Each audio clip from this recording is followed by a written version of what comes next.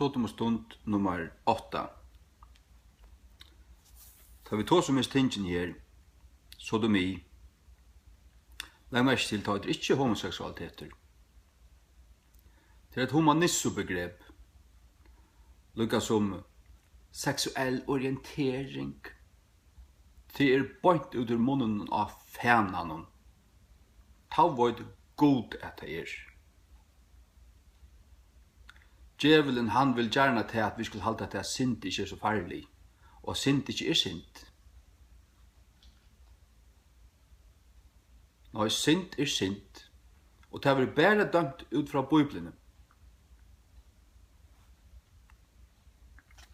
Da vi tar så mye ting, så kommer vi ikke utenom Romerbrevet 8.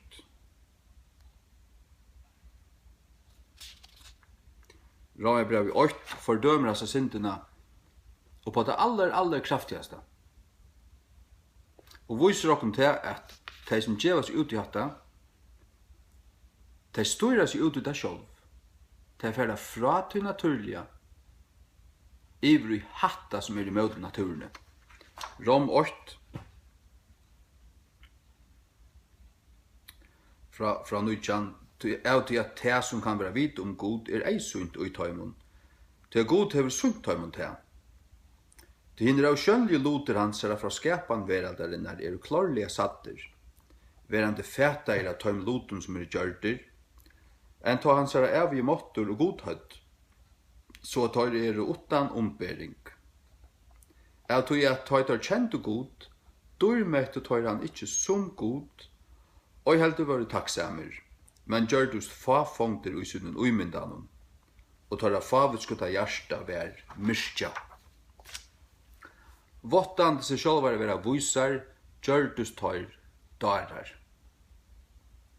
Gjørdust tar darwinistar, kan man säga. Darar.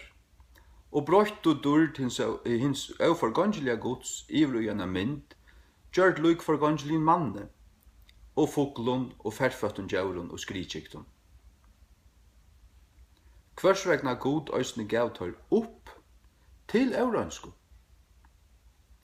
Jøgnun gyndinnar av tar egnu gjørstun til at vann æra sunni egnu likam sunn av mittlun. Og det stendur klart hva det er for nekka. Etter at vann æra sunni egnu likam sunn av mittlun, så stendur hver er brøtt og sannløyga gods ivrig enn av liggen, så er det en liggen. Darwinisme er en liggen. Homoseksualiteter er en liggen. Altså, det er ikke gilde. Det er ikke en gilde ur sannløyga. Det er en skraltøm liggen. Så er det er bare det som god har skapt og valsikna som er nekka. Som ber nekka av god i uiser. Homoseksualiteter ber ikke av god i user. Sodomi ber ikke av god i user. Sodomi er en avlæring av det som god har skapt, og du vel det sjálfur.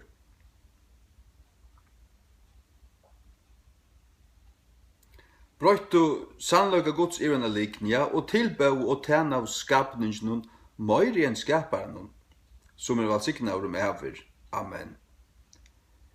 Av hese grund gav god tar opp at ringun listun. Hva det er tar? Vi tar stendet point her.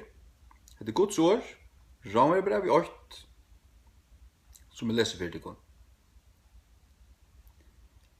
Skal du råkna som en tryggvande, så trus du Guds år.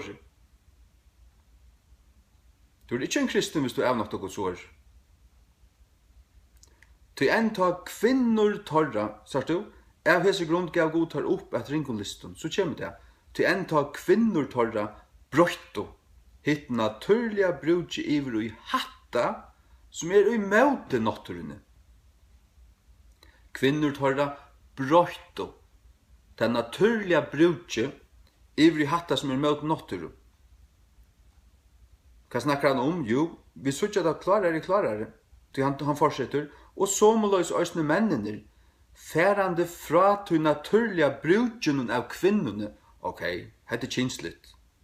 Brendu og gyrnd søgne kvørmåte øron, Men vi mannen virkande hatta som avsømelig. Og mottakande til å si fåande, mottakande i seg sjálvun, til virle, og et virle et endurgjald, vittlosynar til å si fire vittlosynar, som hørskeligt. Til å få et endurgjald for sånne vittlo, ja, det kinsvilt, og det valgte det sjálve. Eller ikke hva hver syk hvert, til velja det sjálve. Sjálv tid som kjennes av trøyene, til kunne velja det fra. Til kunne velja det fra, til det var anka ombering av døma deg. Jeg kunne ikke gjøre vittu, jo, du kunne gjøre vittu. Du kanst svelta det hvis du kjenner det såles når du er der. Du kanst drepa det, svelta det. Og slipper du ikke av det, så er du bare orta gjøre til å være seksuelt frahaldande alt ut liv. Men vet du hva, du slipper det av det. Som jeg langt har sagt, at det er ikke. At det er en avlegging. Det som avlega, det kan alltid spårast attor. Det kan alltid finna sånne røtter og bli ordanatter.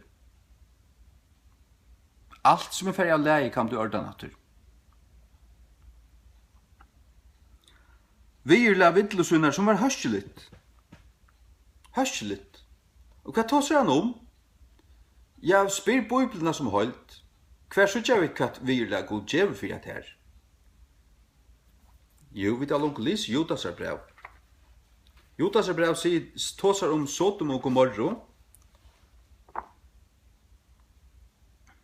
Judasar brev 8, 6 og 6, og en av englander som hilt ikke sånne første støv, men ivergav sin egna bostad, hever han gømt og i evigværende kjetun under myskere, fram at daum i hins migla dags. En ta som Sodom og Gomorra, og stegene kringtøyre lykan hot, djevande seg iver til siløyses, ta det fyrsta, og færande etter fremmanden kjøte, going after strange flesh. Strange flesh. Hva gjør det Sodom og Gomorra? Jo, men færre vi mannen, det er det merkelige, man sier enskund queer til, da er man i arvide. Det som sier seg å være homoseksuell, det er i arvide. I arvide. Færre det fremmande kjøte er setter fram til et firedømme, et eksempel. Lujande refsedøm avis elds, suffering the vengeance of eternal fire. Det er ta virle til få. Det er eldur. Det kommer ikke til himmels. Hvis det liv gjørs her. Og hever du så trøyna, du kan svelta hana. Det sier jo i siste innslag at det er fullt av folket. Jeg har løyde på at du er netten. Jeg har studeret her siste 3 årene. Det er fullt av folket som har livet i årevis og i samkjent om perlei. Som blevet frelst, har finnet velløying og hjelp og forbønn, og kommet ut til miljøen. Har finnet vite at det er en liggen.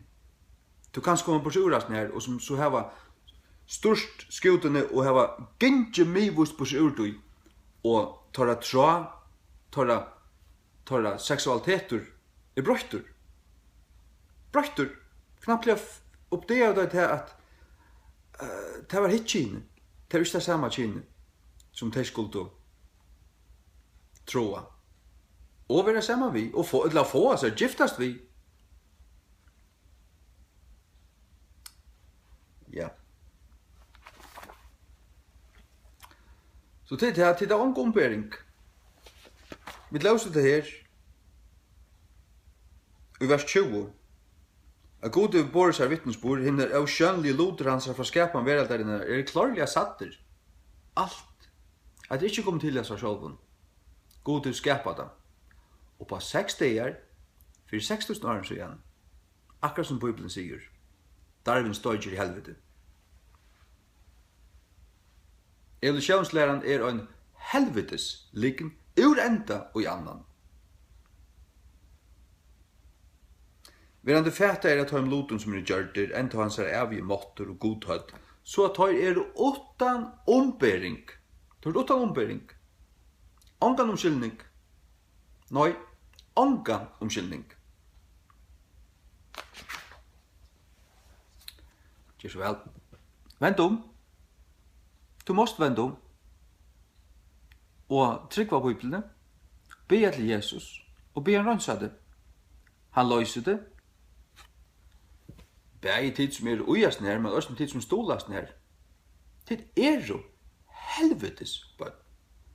Til færre bort og i helvete hvis du ikke venter om. Og hatt en liggen. Jeg kan ikke si det Arvise. Jeg er ikke en kraugotur armor, jeg sier det på sannløygan.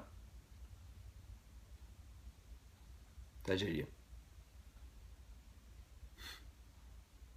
Det er sannløy som jeg sier det på. Gjør så vel.